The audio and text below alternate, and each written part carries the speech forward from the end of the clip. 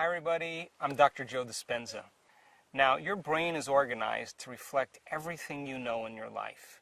Your brain is a reflection of your external environment. It's an artifact of all the things you've learned and experienced to date. Feelings and emotions are the end product of past experiences. And if you're feeling the same way every single day, it means two things. Number one, nothing new is happening in your life. And if those emotions are driving certain thoughts, and those thoughts then are creating the same emotions, then your thinking equal to your emotional state means you're thinking in the past. And if you believe that your thoughts have something to do with your destiny, as long as you're thinking equal to your familiar emotions, you keep reaffirming the same past experiences in your life over and over again. Our research shows without a doubt in the last 3 years that when students of our work combine a clear intention, now intention is a vision, a potential that already exists in the quantum field that you get to select. And when you ask yourself a question like, what would it be like to be healthy? What would it be like to be wealthy? What would it be like to be free or to be in love? The moment you ask that creative question, a part of your brain called the frontal lobe turns on. That's the crowning achievement of a human being. Once that area of the brain turns on, it's like a great symphony leader. It looks out of the landscape of the entire brain, and it begins to randomly select different networks of neurons that are connected to the things you've learned in your life or the experiences you had. And it begins to seamlessly paste them together to create an ideal, a vision, or an internal representation. That is a potential experience that's awaiting you. But it's not enough to just have the mind involved. Thoughts are the language of the brain, and feelings are the language of the body. And how you think and how you feel creates a state of being. Once you can begin to emotionally embrace that future reality before it's made manifest, when you combine that clear intention with an elevated emotion, the freedom, the joy, the inspiration, the genuine love that you feel or gratitude from that experience, the moment you do that, your body, as the unconscious mind, begins to believe it's living in that future reality in the present moment. Now you're moving into a new state of being, into a new personality. And a new personality creates a new personal reality. The research that we've done shows that when we teach people how to regulate their internal states, to begin to create more coherence in their brain, and to generate elevated emotions like joy and gratitude and inspiration, that not only does the brain become coherent, but so does the heart. And when the brain is coherent, the heart is coherent. When the heart is coherent, the brain is coherent. And so why don't we live by these states on a daily basis? Primarily because the majority of the time that we live in our waking state of consciousness, 70% of the time, you and I are living by the hormones of stress. And living in stress is living in survival. And when you're living in survival, the very chemicals of survival cause you to function as materialist, defining your reality with your senses. You pay attention to objects and things and people. You begin to believe that your outer world is more real than your inner world. And the side effect of this, over time, begins to cause us to feel separate from possibility. Why? Because when you're threatened by some predator or some danger in your life, it's not a time to go in. It's not a time to trust the unknown. It's not a time to open your heart and feel love. It's not a time to communicate. It's not a time to create. It's not a time to learn. It's a time to survive. So then, in order for us to create then, we have to lay down the very thing we used our whole life to get what we want for something greater to occur.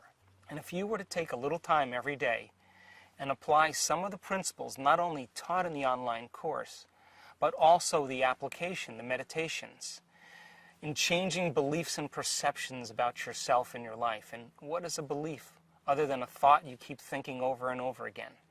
And all beliefs are based on past experiences. And in order for you to change a belief or perception about yourself and your life, you have to make a decision with such firm intention that the amplitude of that decision carries a level of energy that's greater than the hardwired programs in your brain and the emotional conditioning in your body. And your body literally has to respond to a new mind. And when the choice becomes an experience that you never forget, that's the moment the past biologically no longer exists in you. And people around the world are changing beliefs and perceptions that are based on past experiences from 30 and 40 and 50 years ago. And the side effect is that they're creating new lives.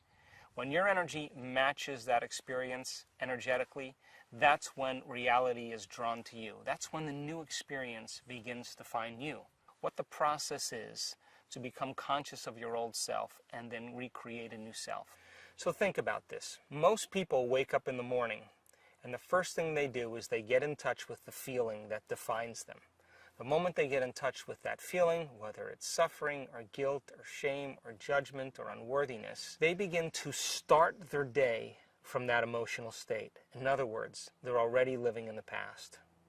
And once they turn on the certain chemicals that drive certain brain circuits, they expect their life to change. But they're thinking the same thoughts, performing the same actions, and living by the same emotions, but secretly expecting their life to change. What if, then, in a small example, you became conscious of those emotions that keep you anchored to the past, and you begin to change your emotional state, means you would begin to change your energy. Now, from a quantum perspective, the thoughts that you think are like the electrical charge in the quantum field. The feelings that you emote are like the magnetic charge in the quantum field. And how you think and how you feel broadcasts an electromagnetic signature that influences every single atom in your life. The thought sends the signal out, and the feeling draws the event back. So you are broadcasting information on a daily basis into the field. We want to show you that when you change your energy, you literally change your life. And if you're able to maintain that change in energy, you will begin to draw new experiences to you. And that's when you become the scientist in measuring fruits of your efforts. And as I said, common people all over the world in all different cultures are doing the uncommon. They're healing themselves from diseases, chronic diseases, serious, potentially fatal diseases. They're creating wonderful new jobs and opportunities. They're winning the lottery. They're having mystical experiences that begin to uncover the mystery of who we really are. And I think that the biggest lie that we've ever been told is that we're linear beings living a linear life. But in fact, we are dimensional beings living a dimensional life. And so uncovering the mystery of the self, beginning to look deeper and understanding who we are, that if knowledge is power, then knowledge about yourself is self-empowerment. And I want to inspire you and motivate you so that you can begin to apply these principles so that you get to be the recipient of your own efforts. For example, we've had several people in our work heal themselves of very difficult conditions. One lady in particular experienced a very sudden loss. The event in itself produced very strong emotions. Those emotions then lingered for periods of time, and it began to define her as a personality. Now, it's a scientific fact that the hormones of stress push the genetic buttons and create disease. So the long-term effects by living by those chemicals literally are harmful to our body, justified or not. Now, we've all had traumatic events in our life, and some of those traumatic events brand us both neurologically and chemically. In this woman's experience, the event was so traumatic that the emotions lingered for weeks and months and finally years. It became part of her identity. And so, as a result of the long-term effects and her personality being defined by the past instead of the future, living by those same emotions began to break her body down. In a very short amount of time, she developed paralysis from the waist down. The result of the effect of the paralysis created more stress in her life. Now she couldn't work. She couldn't take care of her children. She couldn't make any money. She couldn't take care of her house. She had to get assistance from other people, and her mother had to move in with her. And because of all of the effects of those circumstances, her stress hormones went up. In a short amount of time, she developed ulcerations on all the mucous membranes of her body. Those mucous membranes with all the ulcers caused her to no longer eat properly. She couldn't eat. And because she couldn't eat, the chemical imbalance from no longer eating enhanced her stress levels even further. Within 3 to 4 months, she developed esophageal cancer. Now, this woman was smart enough to realize that probably the effect of those chemicals were the reason why she developed her condition.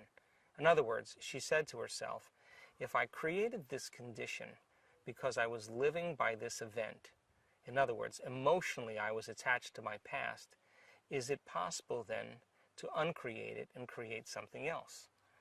So she began the work and the meditations, and every single day, whether she felt like it or not, she practiced her meditations. And for sure, she had certain days where she didn't feel like doing her meditations because she didn't feel well, but she did them anyway. She also made the decision that she wasn't going to get up from her meditations until she was in love with life. Now, to the materialist, the person who's defining reality with their senses, to the materialist, there's no reason for her to be in love with life. Why? She had a traumatic event. She had no job, she had no money, she was paralyzed, she had a diagnosis of cancer, she couldn't eat, she was in internal pain, she was in external pain. But she said, I'm going to teach my body emotionally what my future could feel like before it's made manifest. And every single day, day by day, she overcame a small part of herself. And within a very short period of time, about a year, she was able to reverse those conditions. To this day, this woman has no cancer. She has no ulcerations in any of her mucous membranes. She has no paralysis or pain inside of her body or outside of her body. And she has a new life.